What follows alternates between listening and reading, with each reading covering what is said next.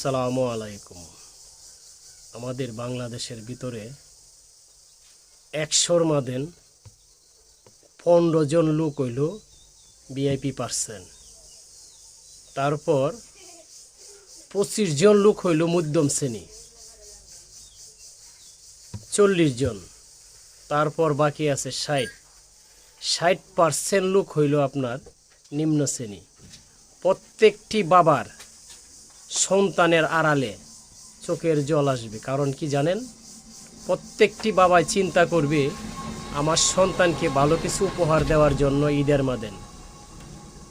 শতকরা 15% হইল ভদ্রলোক, তাদের টাকার কোনো অট্টালিকার কোনো অভাব নাই।